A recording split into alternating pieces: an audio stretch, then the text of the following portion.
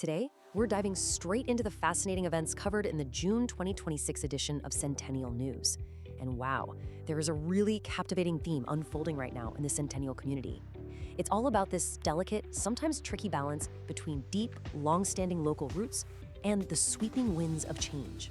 Really, it's the story of how a neighborhood honors its past while navigating a very, very different kind of future. Okay, let's dive into this. Here is our roadmap for today. First, a coaching legend retires. Second, we'll look at summer festivals and fun. Third, a cross-border nightmare. Fourth, new faces and new tech. And finally, number 5, the condos are coming. We're going to map out this whole journey, from heartfelt local traditions right up to the major urban developments that are actively shaping the neighborhood's future. Starting us off with Section 1, a coaching legend retires, 30 years at Centennial Road Junior Public School. Now, since arriving way back in 1996, Mr. Jordan Holmes has literally been the emotional heart of this neighborhood. He's left an indelible mark on generations of students. So the crucial point to understanding his impact is this number right here, 16. That's the incredible number of city championships his teams have won across 5 entirely different sports.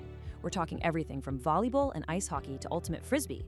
Just imagine the sheer dedication that takes over 3 decades. But you know, his impact goes way beyond the scoreboard. Take this absolutely touching letter from former students Shannon and Harrison Toms. They wrote, "Remember what Mr. Holmes said, don't give up just because you're not naturally great right away." This proves that his famous classroom mantra of practice, practice, practice extended far beyond the playing field. Actually, he used his students' success in sports as a powerful tool to motivate them academically. It's an awe-inspiring legacy of making hard work genuinely fun.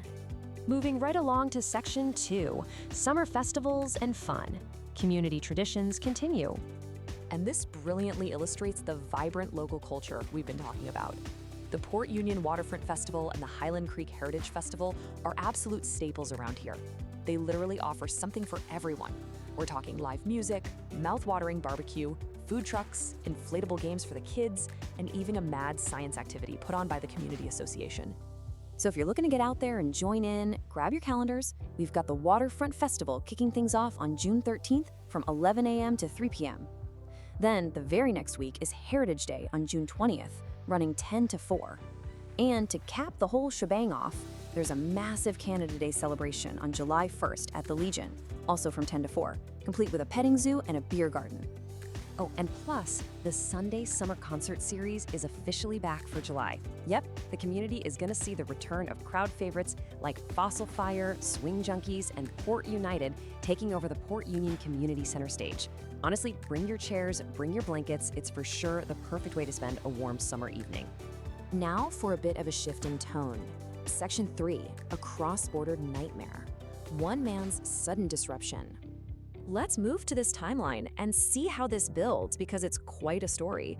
Back in May 2024, David had a completely easy, totally normal visit to Canada to see his aging parents. But fast forward to May 2025. When trying to return to his home of 30 years in the US, he was shockingly detained at the airport, fingerprinted, and hit with a lifetime ban. Why? Because his green card had quietly expired. Now he's looking at a grueling 3-year wait just for a legal resolution. The contrast between his normal life and this sudden event is just staggering. David is quoted in the paper saying he was, quote, treated like a frigging terrorist. It's an upending experience. He's been suddenly separated from his soccer coaching job, his partner, and his 2 grown daughters down in the States. So now, at 60 years old, he is relying on his parents back in Centennial and trying to piece together part-time work locally. It really goes to show how quickly and drastically life circumstances can change. Zooming back out to the community, we have Section 4, New Faces, New Tech. The Port Union Library evolves. So, the new head librarian, Joey Milligan, has this fantastic, highly strategic vision for the library. The goal? Bridging the digital divide for everyone. Step 1 is basic PC skills for seniors. They're literally teaching folks how to use a mouse before moving on to Microsoft Office and internet safety. Step 2 brings STEAM and STEM programs for kids, getting them hands-on with robotics kits. And Step 3, this is great. They're expanding young adult programs with Dungeons and Dragons. Because hey, figuring out how to fight dragons is actually pretty great prep for navigating highly advanced AI. It's a true community hub evolving in real time. Finally, we arrive at Section 5. The condos are coming. Visualizing high-density growth. Now, what's really interesting about this slide is the sheer, undeniable scale of development headed for the Kingston Road corridor. Just look at the narrative condos. This project alone is going to drop 422 units across 2 towers right into the neighborhood. When you compare that to the traditional low-rise suburban housing that Centennial is historically known for, we are looking at a monumental visual and structural shift. So what does this actually mean for the people living there?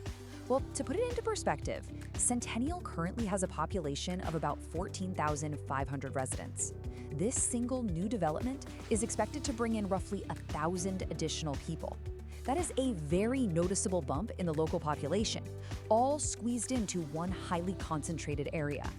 And of course, with massive change comes a pretty lively debate. Both sides bring up very fair points here. On the city side, the goal is to build complete mixed-use communities. The benefits? We're talking transit-supported growth, new ground floor retail, and publicly accessible parks. Sounds great, right? But on the flip side, existing residents have some very valid concerns. They're worried about serious traffic congestion. Imagine hundreds of new cars hitting local roads during rush hour, and the massive strain this will put on local schools and infrastructure that were originally designed for a quiet, low-density suburb. And if you think that's a lot, consider this number: 4,000. That is the total number of new residential units currently planned across the broader eastern Scarborough transit corridors. 4,000. So the narrative condos, that's really just the beginning.